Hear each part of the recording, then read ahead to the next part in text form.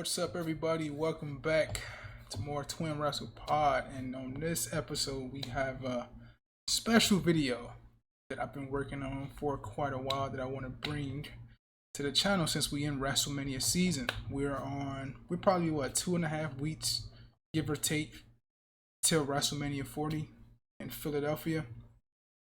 And what a way to kick this video off with my favorite wrestler of all time, and the guy who's featuring in the current plans as we speak of the road to WrestleMania, that being The Rock. He's on a Mount Rushmore of legends of just pro wrestling in general for most people. He is one half of one of the major entities of the Attitude Era, along with Stone Cold Steve Austin, who without those two, I would not be a wrestling fan today. Yes, I do know Bret Hart, Shawn Michaels. I watched them when I was like 1 or 2, around that range, around the new generation age. So I know of Michaels and Bret Hart, but they weren't my favorite guys. My favorite guys were Rock, Stone Cold Steve Austin. And like I said, with it being WrestleMania season, I want to take a look at The Rock's matches that he had at WrestleMania, with this upcoming one being his 12th, technically. Now, this list will not include his 11th match with Eric Rowan at WrestleMania 32. I don't even count that as a match personally. The match only lasted 10 to 15 seconds. That's not a match. So this match is not a part of this countdown at all. As of this recording, Rock has only had 10 matches at WrestleMania. 10. I'm not going to go through his record. I could break it down here. I got the list in front of me, you know. He won 1, 2, 3.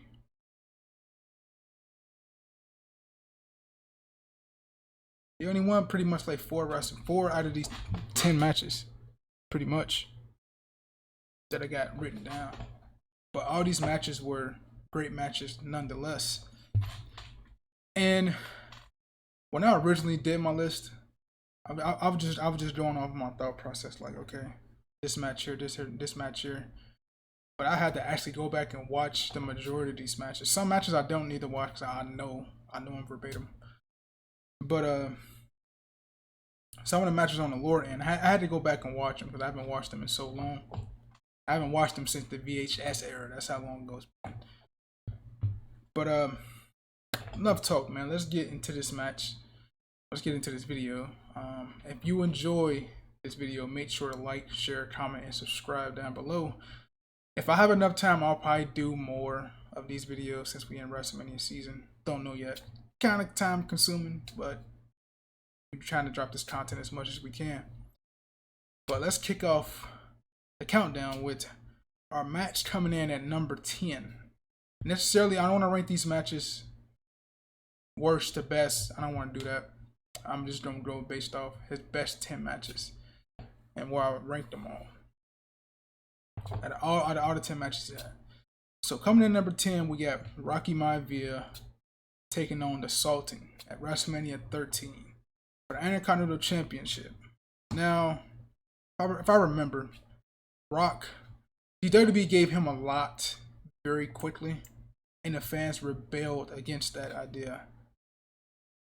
Debuted at Survivor Series 96. I think he beat Triple H, I want to say sometime in December or January for the IC title. We get to WrestleMania 13 and he still has the championship and he's defending against the Sultan. That's a lot in a short time frame. So you can see why the fans rebelled against Rock so much. He was a white meat babyface, smiling. Even though Rock had the stature, he was built. He had the height, he had the size of a WWE superstar at the time. He still do. But just him just coming in there with the tassels and the blue trunks, the white boots, just white meat babyface. Fans didn't really like it. And you can tell in this match, like, they was chanting Rocky Stunts in this match. They weren't even really reacting to the Sultan. And if you don't know who the Sultan is, it was Rikishi back then. It was just another gimmick they was trying in 97. They weren't really reacting to him, really. The fans were just rebelling against The Rock, and it was pretty much quiet for this match. This match is pretty much a basic match you'll see in any wrestler starting journey, pretty much. Like the basics of pro wrestling: hip toss, drop kick, running ropes, stuff like that. Very paint by numbers. But it wasn't a bad match nonetheless. It really wasn't a bad match. It was just a basic match. And the crowd wasn't really into it as much. I think the highest spot is when Rock went up to do the crossbody, and a few fans got up on their feet for that.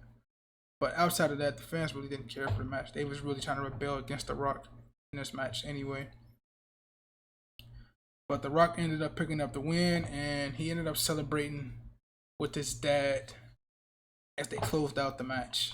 So WrestleMania 13, Rocky Maivia versus Sultan comes in at number 10 slot. And then we get to our number 9 match.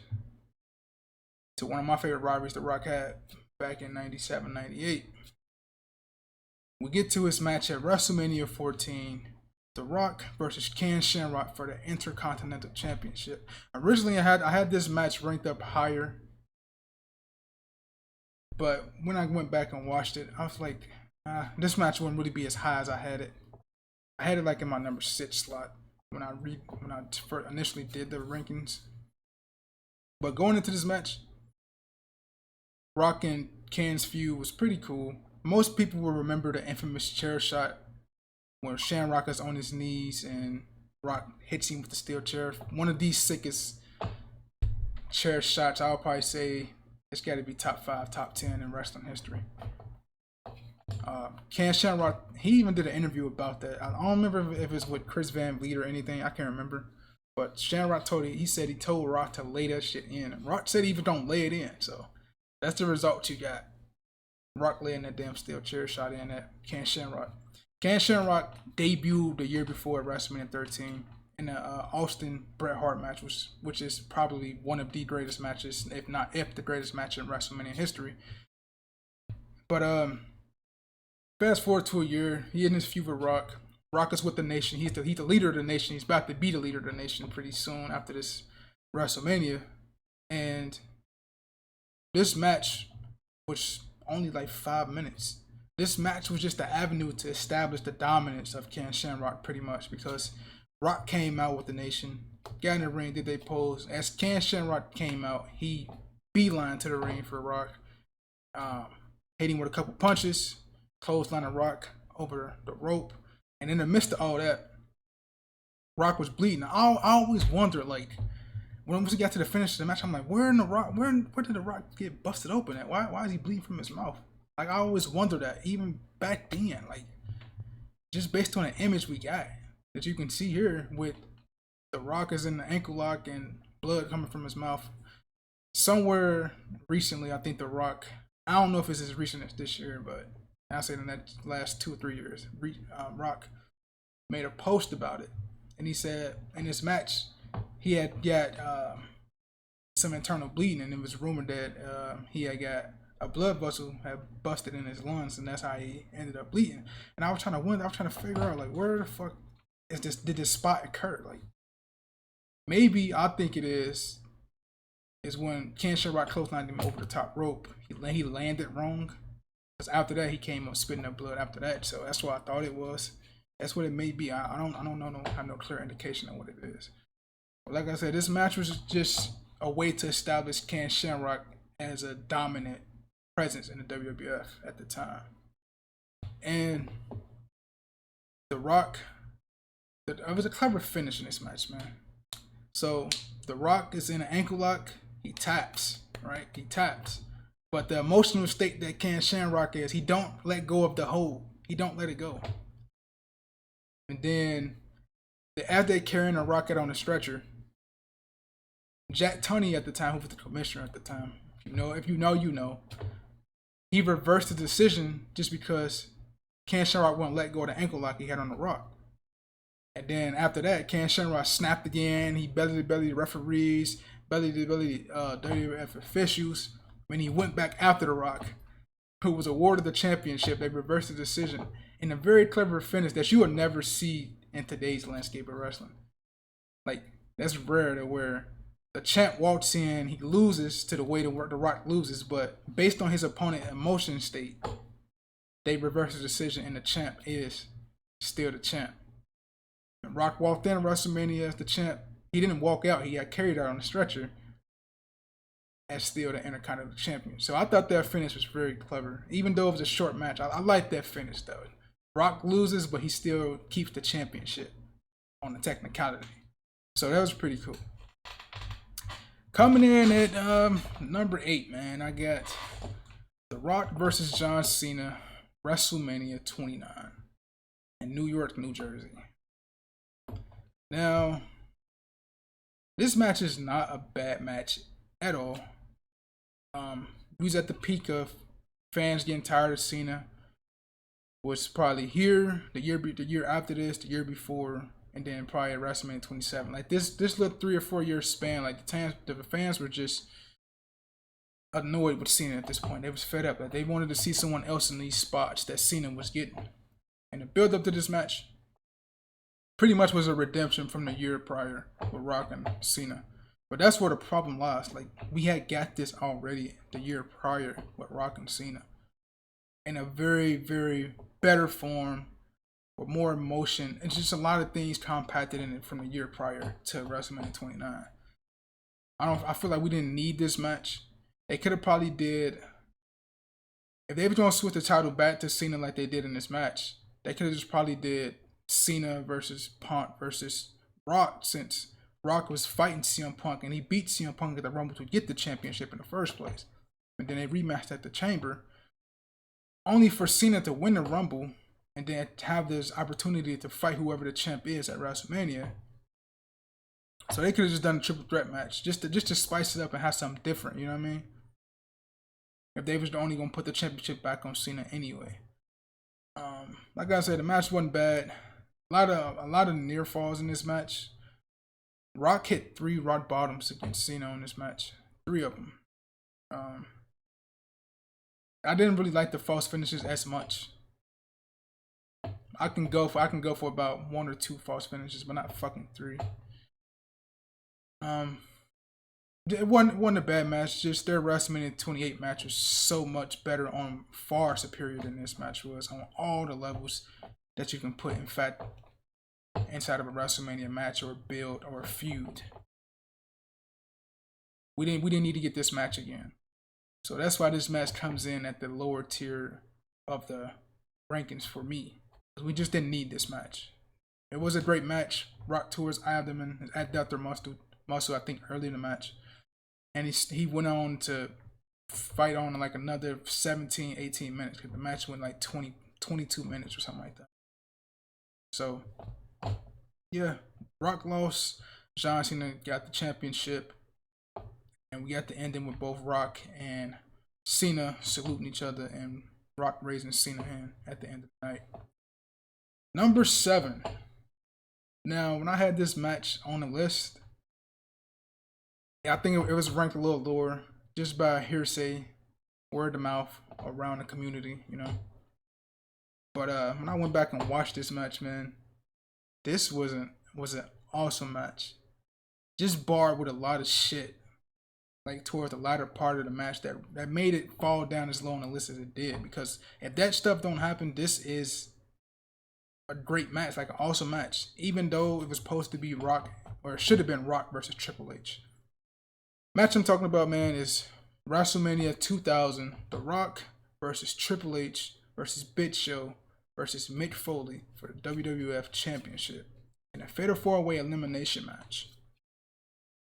Like I said, this match should have been what the next pay-per-view was, which was Rock versus Triple H for the championship. So they both earned their way to this point in the main event. Rock won the Royal Rumble. He won it by eliminating Big Show. They were the last 2 in that Rumble. Rock eliminated him. Triple H earned it by beating Mick Foley. As you remember from my top 5 Royal Rumble video I did like a month and a half ago before the Rumble. Beat him in a street fight.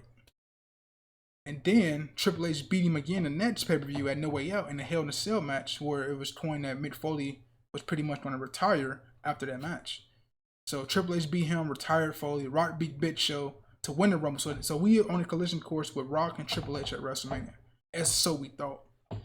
But the build-up had Linda McMahon coming out and reinstating Mick Foley for one last match. Since Mick Foley didn't get he ain't never had a main event match at WrestleMania. So this was the way for them to get him in a main event match. So Linda McMahon reinstated him back. This is pretty much his final match. Big Show was in there. I don't remember how they got. I think they had like another rematch between Rock and Big Show because it seemed like Rock's feet hit the floor first and Big Show's didn't. So they had a way to usher them back in there, and then Big Show ended up beating the Rock to get into the match. So that made it a fatal four-way because Triple H was already the champ. And this match had a lot. Shane was representing the Big Show. Linda was representing Mick Foley. We already know about Stephanie and Triple H. And Vince McMahon was representing The Rock. Which, to The Rock's dismay, he didn't really want. He didn't really need. But there's a lot of cooks in the kitchen, as you can see here. But it was still a very great match. So, start out this match. Big Show dominated it for the first 5 minutes. Delivering military press drops to both Triple H and The Rock. Doing headbutts, chokeslam to Mick Foley. And he ended up getting eliminated by The Rock with the rock bottom. And then one thing I liked about this match is that it had tiers. Like it had layers to it. You know what I mean? So once the Big Show got eliminated, it became a triple threat match. And that's when like the actual match started. To just prior domination from the Big Show when it's a fatal four-way match. So when Big Show gets eliminated, Shane goes to the back with him. That'll play a part later on. Then we get to the triple threat match. And the thing I liked about the triple threat portion of this match, we had Rock, Foley, Triple H. And then Triple H was trying to convince Mick Foley to go after The Rock. But what Rock and Mick Foley being prior tag teams in a Rock and Sock connection, Foley and Rock double teamed on Triple H. And then a miscue on the outside of the ring with the ring bell. Rock ended up hitting Mick Foley by accident with the ring bell. And that stopped their momentum from being a team at the match at that point.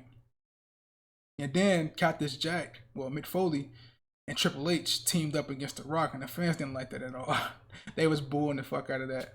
They don't want Mick Foley teaming up with Triple H going against The Rock. They don't want none of that going against The Rock. Like Rock was the guy at this point. Everybody had Rock paired to win this match.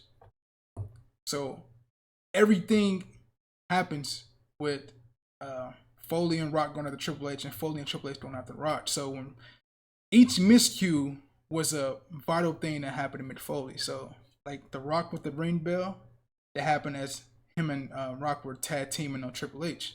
And then when Triple H and Mick Foley were tag teaming on The Rock, Triple H put The Rock on the announce table, and then Mick Foley tried to do his elbow drop from the top rope, the second rope of the top rope.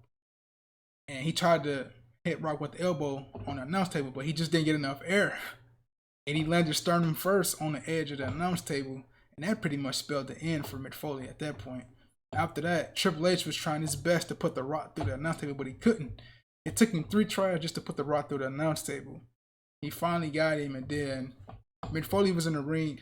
As Mick Foley is in the ring, Triple H grabs a chair, and he hits Foley with it. And then he pedigrees Foley onto the steel chair, and Foley is eliminated. Now, I just liked how that triple threat portion, each time Mick Foley teamed up with somebody, a miscue happened, and he ended up getting eliminated from it. So that was pretty cool. But Foley at the end of it, as he's raising his arm to the crowd like his farewell, he had introduced the barbed wire 2x4 earlier in the match. But he didn't get to use it. So he came back, as he was walking on the stage, he came back, and he ran and hit Triple H with a 2x4 before he left the ring. And then we're down to Rock versus Triple H, the way it should have been, since both of them earned the opportunity at WrestleMania, on a path to WrestleMania. And it's The Rock, and then it's like another layer, like I said, another layer of the match started. So Rock and Triple H probably went like they had to go like another 5 to 10 minutes, just one-on-one. So they going back and forth. And then that's where we get Shane McMahon comes back out. And you don't know who he's about to hit with the chair yet. He picks up the chair. You don't know who he's about to hit with the chair. But Vince McMahon rushes him, and then Vince and Shane starts to fight. And they fight outside the ring, and Shane ended up hitting Vince with the monitor that's on the announce table. Vince is busted open, and Vince is led to the backstage area. Shane is still out there, and he tries to proceed on hitting Rock, but Rock counters it, gets rid of Shane, and then Rock and Triple H going back and forth. Vince ends up coming back out there. He picks up the chair as both Rock and Triple H are starting to get to their feet, and then Vince turns on the Rock, hits Rock with the steel chair, and Triple H tries to pin Rock. Rock kicks out. At this time, Michael Clark Duncan, he was like the celebrity that was in the front row. He was like most of us. Like, we all wanted Rock to win this match. Like, Rock was just over, man. And you can tell Jim Ross and King was doing banter on the commentary, talking about Michael Clark Duncan. This ain't no acting school. This is the real deal and shit. So I like the bar back and forth. You know how Jim Ross and JR was. But Rock kicked out. The crowd was feeling it. And then Rock got back up as he's stirring again. Vince hit him with the chair again. And Triple H pinned him to retain the World Wrestling Federation Championship. And the McMahon family regime took over at WrestleMania, which shouldn't have been the outcome. Rock should have won that. He should have won that match. But the Fatal 4-Way was a good match. Don't let word of mouth from other communities, like from the wrestling community, bar you from watching the match, because it was a pretty good match. But just the ending and all the parties outside of the match made this match lower on the rankings for me. But they rectified it the next pay-per-view at Backlash, with Rock beating Triple H, Stone Cold returning, helping the Rock, getting rid of the McMahon family regime, and Rock getting a championship and getting the moment he should have got at WrestleMania at Backlash. So, yeah, the Fatal 4-Way lands at number 7 on the list for me. Number 6, we got the Rock and Sock Connection versus Evolution at WrestleMania 20. Alright, man, so this was Rock's last contracted match with the WWE. So the build of this match, we had Mick Foley was going back and forth with Randy Orton pretty much. Like, this was setting up the match with Randy Orton. Mick Foley that we eventually get at the next pay-per-view at Backlash. And Evolution was just humiliating Mick Foley, beating him at every chance they got. This stuff all went back towards before the Rumble. When Mick Foley returned to the Rumble, went going straight after Orton and eliminated Orton and himself, and they just fighting through the crowd, backstage, everything. Very fun Rumble, you should look it up. Very Rumble 2004. But this whole time, Evolution was getting the upper hand on Mick Foley because it's 3-on-1. So Mick Foley made a call, and The Rock ended up answering that call. Rock ended up helping Mick Foley. I think Rock returned probably a month before, probably a month or like 3 weeks before WrestleMania 20. So we had the reunion of the Rock and Sock Connection teaming up to take on the team at Evolution. So we get the Mania, and you can tell, man, at this point, Rock was already having fun from his 2002-2003 run. 2004 was just an extension of it, even though this is his last match with the company. But his promo before the match even started, with the backstage segment with Lillian Garcia, Rock talking about the fans at MSG. Like, I miss that MSG entrance. I don't think they have it no more with the side entrance. You enter from the side. Rock took the cameraman. He opened the entrance. Had the cameraman view the crowd. Crowd was on their feet. Rock was talking about Jimmy Superfly Snuka, Dom, and Rocco. He was talking about the Hurricane and Rosie, who was in the back. Rock was just on fire in this promo, man. And then we get to the match. Rock was having fun in this match, man. This is a good ass match, man. And it's one of my favorite WrestleManias, just because and nothing is like the New York crowd, the MSG Arena. Nothing is like that, man. Nothing like the Garden, man. A wrestling event in the Garden is just on a different level. But the team Evolution was just too much for the Rock and Sock Connection. You get the infamous shot of Rock through the people's elbow. He's crossing. Then he does the Ric Flair strut. Hit Ric Flair with the elbow. But Evolution was just too much for the Rock and Sock Connection at that time. This was like Mick Foley's swan song in a sense, but we was leading to the next pay-per-view. Evolution ended up beating Rock and Sock Connection. I think Orton might have hit an RKO on Mick Foley and got the pin and won it for Evolution. But at the end, though, the MSG crowd and Rock gave Mick Foley a standing ovation to end the segment, to end the match, which was a pretty cool thing to see, man. And we didn't see Rock. He made one more appearance, I think, like in 2005 Diva Search with like Coach and a contestant or some shit like that.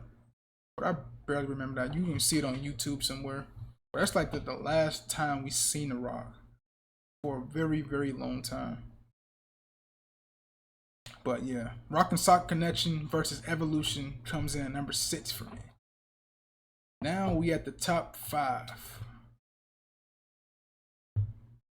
You can probably see where the list is ranking up to be. And some of these matches will just fall in line after that. So coming in at number 5, we have Rock versus Stone Cold Steve Austin at WrestleMania 15. Probably the only, not even probably, but the only saving grace of WrestleMania 15. WrestleMania 15 wasn't as strong of a WrestleMania. It was pretty much carried by this match with The Rock versus Stone Cold. Rock's first time in the main event. Austin had already main event the year prior. And at this point, you really couldn't deny Rock at this point. Like, you knew this was where it was going. Him and Austin at WrestleMania. Like, I like how everything's set up towards WrestleMania with Rock and Austin.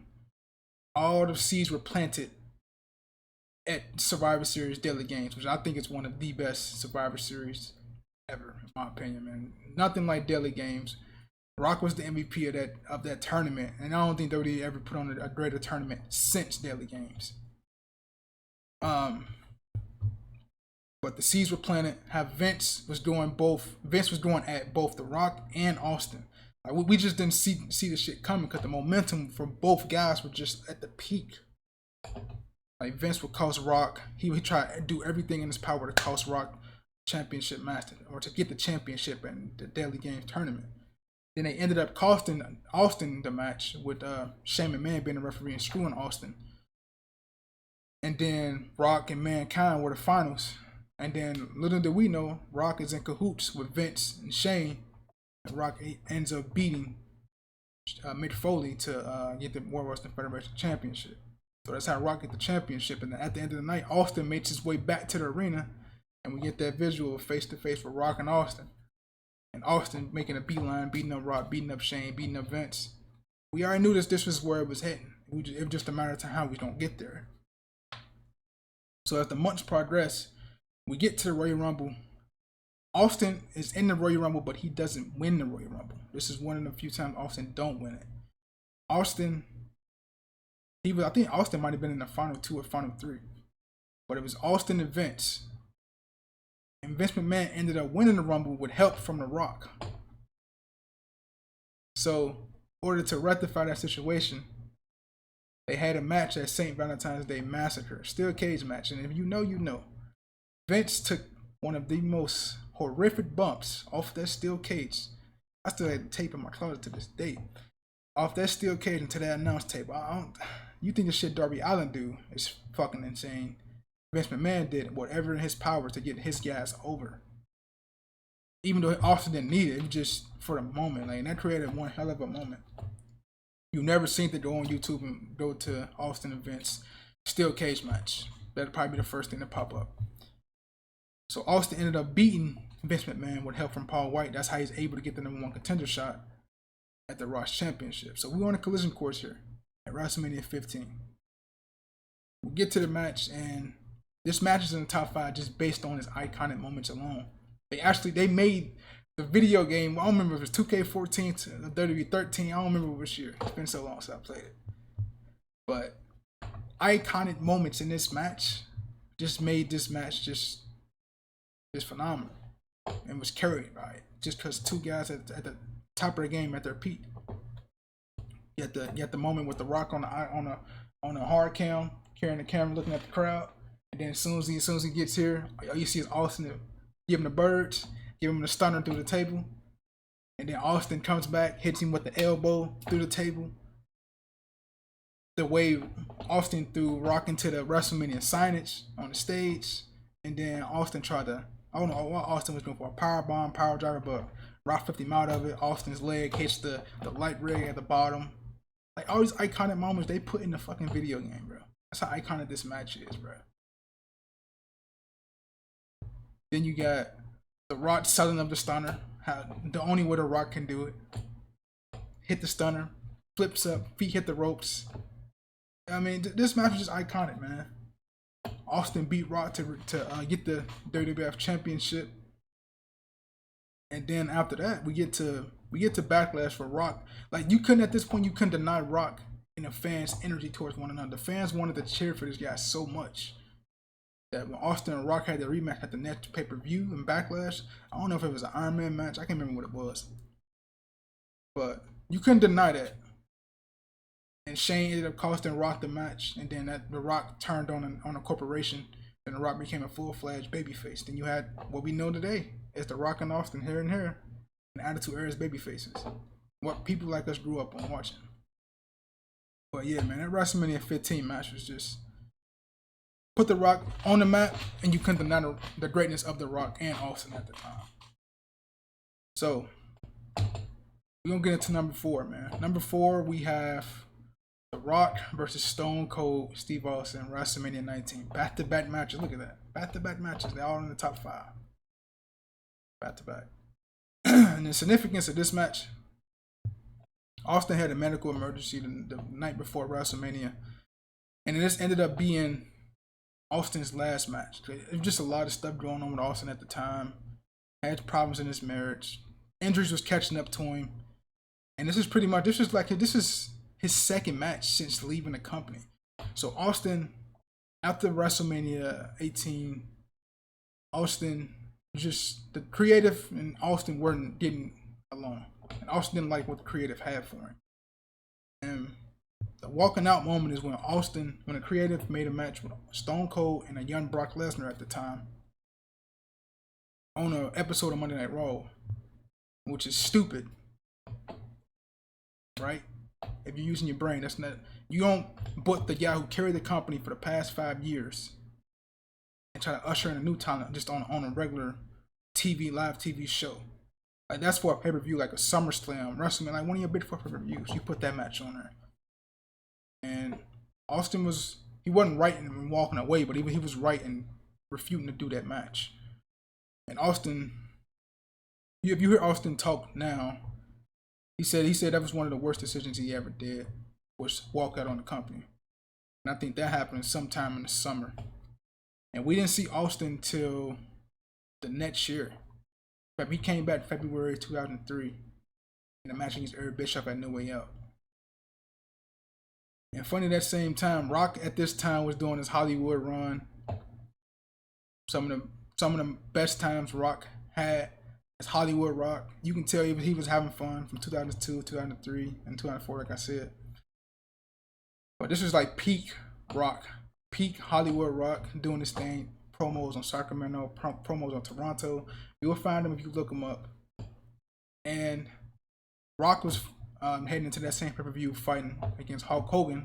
And he ended up beating Hulk Hogan with help from Vince and the lights cutting out and stuff like that. So we knew this is where we was going to go. Rock and Austin. 3rd time, WrestleMania 19.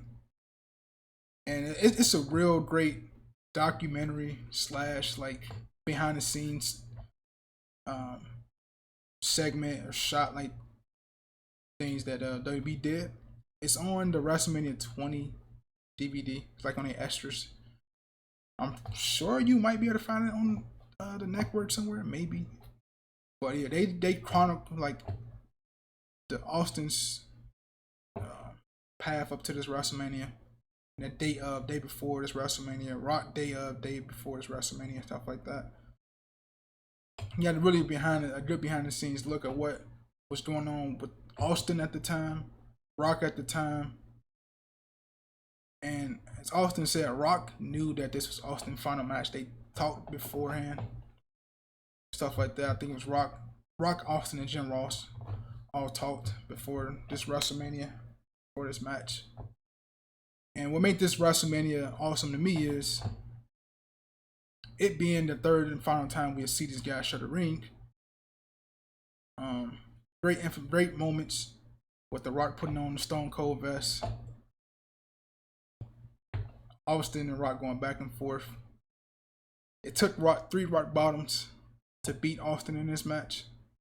But the thing that took it over the top for me was after the match, Rock and Austin talking to each other, and Rock telling him, he said in an interview what he told Austin that night, and he told him how much he loved him and he appreciated him. So these guys were the pinnacle of the Attitude Era for us.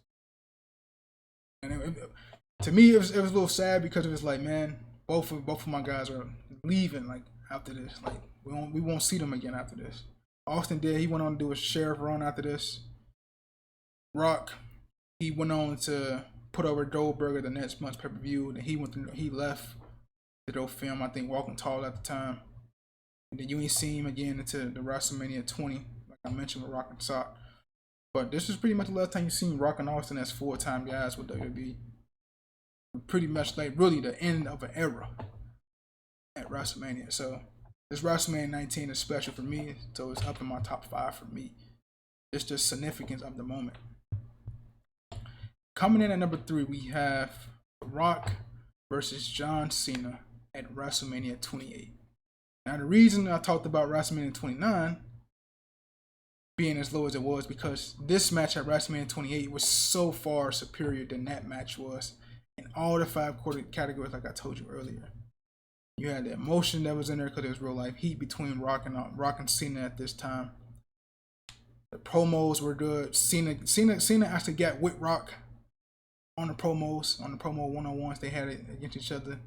Entertainment factor was good with Rock doing the singing on Monday Night Raw. Fantastic. Then we get to the match, man. The match was just to have the fans like this and the palm of your hand like this. Like everybody in that arena wanted Rock to win. They was pro Rock, even me. I remember where we were during this matchup. Like me and my brother had spent the night over my older brother's house, and then we had came home the day of WrestleMania because we was always ordering a pay-per-view. So we got home the day of, and we got there. I think it was might have been Randy Orton versus Kane was on. Nah, Shane. We got there in time. Sheamus and Daniel Bryan was fighting, and I know the course of WrestleMania, but we got there, and just to tell you, the scene at my house, me, my brother, mom, my 2 older brothers were all just engaged, locked in on this match, man. We had screwed in that night, but we didn't give a shit. Like, we was locked in on Rock versus Cena, and going into this match, man. As I'm watching this match, I was like, man, I hope they don't let Cena win. I'm because the Rock is my guy. I ain't seen him in the ring since WrestleMania 20. So I'm like, man, they better not have Cena beat Rock, man. And WWE did the right thing by having Rock go over, beat Cena. Wasn't no championship involved. It was just the right outcome that needed to happen, which was Rock going over on Cena and leaving that crowd happy. Awesome match. Just the wonders of a year-long build and what it can do for a match like this. This is why I think in current times, Rock and Roman should be at next year's Mania. We'll get to that some other time. But this was a fantastic match, man. A lot of roller coasters up and down. Took you on a wave of emotions. Great match. You gotta go out and watch it. This is one of the best matches at WrestleMania. Just because of the emotion and everything that's built into it. But WrestleMania 28, Rock vs. Cena comes in at number 3 for me. Number 2, you can probably tell what my top 2 matches would be. You can probably tell. I don't think nobody will argue where they ranked. But number 2, we have The Rock versus Stone Cold Steve Austin at WrestleMania 17. And it's crazy that I got Rock and Austin in my top 5, isn't it? It's just magic between those two, man. But this was their best match, in my opinion, at WrestleMania. WrestleMania 17, Rock versus Austin. Possibly, if not, the greatest promo package ever made with Limp Bizkit's My Way plan. I don't think WWE topped this. I don't think they ever will top this. This promo package they put together for Rock and Austin at WrestleMania 17. This was peak. Like WrestleMania 15 was just a eclipse of them coming together. WrestleMania 17 was the peak, bro. That stadium in Houston, Texas, I think it was. I don't think the stadium exists anymore. I think they tore it down. But Rock and Austin blew that building off, man. Blew the roof off that building. This would be on a lot of people's lists as probably the greatest WrestleMania of all time. You would probably see this WrestleMania 17 floating around as the greatest WrestleMania of all time. This build up of this match, man, was awesome. Rock, Austin, their paths to get into this match. Austin came back from his neck injury. He had to settle ties with Rikishi, got him out the way. But the true mastermind behind that was Triple H. So, we get into the fall. We get the crazy moment of Austin using the forklift to lift the car Triple H was in. He was trying to murder Triple H. That's how bad Austin was to get at Triple H. Forklift the car Triple H was in, and he turned it over and it landed roof down, bro. Rooftop to the ground. Boom. Exploded. Not exploded, but like, boom. Impact. Smoothed the car. So we get to the Rumble 2001. Austin wins the Royal Rumble. That's one of the best Royal. 2001 was an awesome year. The Royal Rumble 2001 is probably one of the best Royal Rumbles of all time. Just the caliber list of wrestlers that was in this match, bro, was phenomenal. You had fucking Rock, Austin, Kane, Taker. That's just the name of that. That's just the core four there, just to name a few. And Undertaker didn't even last long on that Rumble, man. But that star power alone was just fantastic. Austin ends up winning the Royal Rumble. This was his third Royal Rumble that Austin had won. So he already punched his ticket to WrestleMania. Just about how the Rockets don't get there. So we get to the next month pay-per-view, No Way Out, which is where everything lines up. Rock ends up beating the champion at the time, Kurt Angle. So that's how Rock gets in the match. He punched his ticket. He's the World Wrestling Federation champ. Just a sidebar. Austin's continued path through No Way Out was in one of the bestest 2 out of 3 falls matches you will ever see in any wrestling capacity. I don't care if it's indies, other promotion, and wrestling in general. The 2 out of 3 falls match with Stone Cold and Triple H at that year's No Way Out, and can't compete with that, man. That's how a true 2 out of 3 falls match should be done. So Austin beats Triple H again. Now we get to WrestleMania. And we get their promo package with Austin and Rock at My Way. That one of their infamous moments is them sitting in the locker room with Jim Ross. Rock telling Austin he gonna give him every ounce of sweat, every ounce of blood, every ounce of tears. And Austin's gonna get the absolute best of the Rock at WrestleMania. Then Austin throwing back at him, saying that World Wrestling Federation Championship on his shoulder, he wants it. He wants it than anything the Rock can imagine. And at WrestleMania, he's going to walk out of there with that World Wrestling Federation Championship, with all due respect. Just that exchange alone just built the tension in this match. It cultivated the magnitude of this match, man, with Rock and Austin. Man, this is monumental, bro. They'll never top nothing like this ever again. We get to the match. Awesome match. When Austin Disturbed theme, one of Austin's best themes he ever had, hit, that Houston crowd went unglued. Like you can tell, like Austin in the shit, like walking down this motherfucking ramp. Rock the same way his shit hit. If you smell hits, he walking down with the championship. He walking down with his shit. Gets on that rope, does his pose. Man, just that magnitude. Just what got to that number 2 for me is the finish, though. This match was awesome, man. They both bled everything, man. Like everything you could want in a main event match, bro. This is it. This was it. Then we get to the finish with Vince McMahon getting involved, and then Austin joining sides with Vince McMahon, and as Jim Ross put it, signing a deal with the devil, handshake with the devil, wherever Jim Ross said. That's what barred the match at number 2 for me. It's a great match, great moment, great package, everything. Just that finish, man. Austin went to town on Rock with that fucking steel chair. He had to hit him like at least 10 times, a little bit more. But he was going to town on Rock with that fucking chair. And then for Austin to be shaking hands with the guy he'd been feuding with all the way from the 1998, 99, all the way up to now, which is like an end of an era. That's where the Attitude Era died. That moment when Vince and Austin shook hands, is when the Attitude Era died. And it showed after this with the heel turn. Even though Austin was having fun, Austin should have been the babyface as Rock went off to go film. I think the Scorpion King at the time. I can't remember. But Rock went off to go film at that time. And then can't have Austin a heel and no top babyface. I think top babyface had to be Kurt Angle.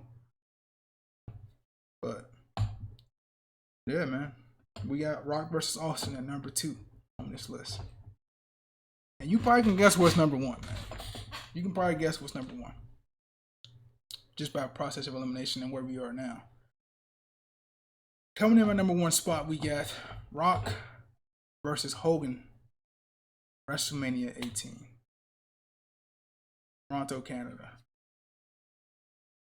Icon versus Icon. If I can just grab the DVD over there, but it's probably pushed all the way back. But Icon versus Icon. This is truly once in a lifetime. This is how something supposed to be set up. And to have Hogan come back versus a pillar of the WWE now versus the guy who carried the company late 80s, mid to late 80s, early 90s. Hogan, Rock. The build of this match, man, Hogan did everything in his power as the heel to make you hate him. He fucking ran over Rock's ambulance with a fucking truck, a semi-truck. If I don't scream heel, I don't know what scream heel, bro. But that crowd in Toronto, man. Credit to The Rock, man, for the ability to know. Like, you gotta have like some real ring awareness to know. Like, switching on a dime. Rock was the babyface coming into this match. Hogan was the heel coming in this match. But that crowd in Toronto, they had different plans, man. That iconic face-off of both Rock and Hogan, just like this, looking back and forth slowly. That moment gives chills, gives goosebumps. Like Rock does it. But to have the ability to switch on the dime like that, The Rock played a different role. He become the heel and Hogan becomes the babyface. Man, there ain't nothing need to be said about this match. But if you ain't never seen this match, you got to make it your duty, your job to go watch this match. I think this was one of the only matches, and I don't really give a shit about star ratings, but I think this is one of the last matches Dave Meltzer had made as a 5-star match. Who gives a shit? I don't give a shit. But that's just the fact that everybody throws out there. But this match, man. I wish I was in a ring. I wish I was old enough to be in a arena at that time. Just to soak all that in, just to be in there at that moment. Like those moments you can't get back right there. Hogan doing his iconic shit. The 3 punches and the big boot and the leg drop. Both guys going back and forth and showmanship, trying to show the other one up. This just proves less is more, bro. You don't have to go out and do flips, and high spot. We just keep it simple. Are you big enough as a star? The simplest things get over, man. This match was just a slow, methodical match, but took the crowd on highs. Like it was high on. It wasn't no lows. It was strictly high the entire match. And this should have been the main event of WrestleMania 18. Everybody after it said it should have.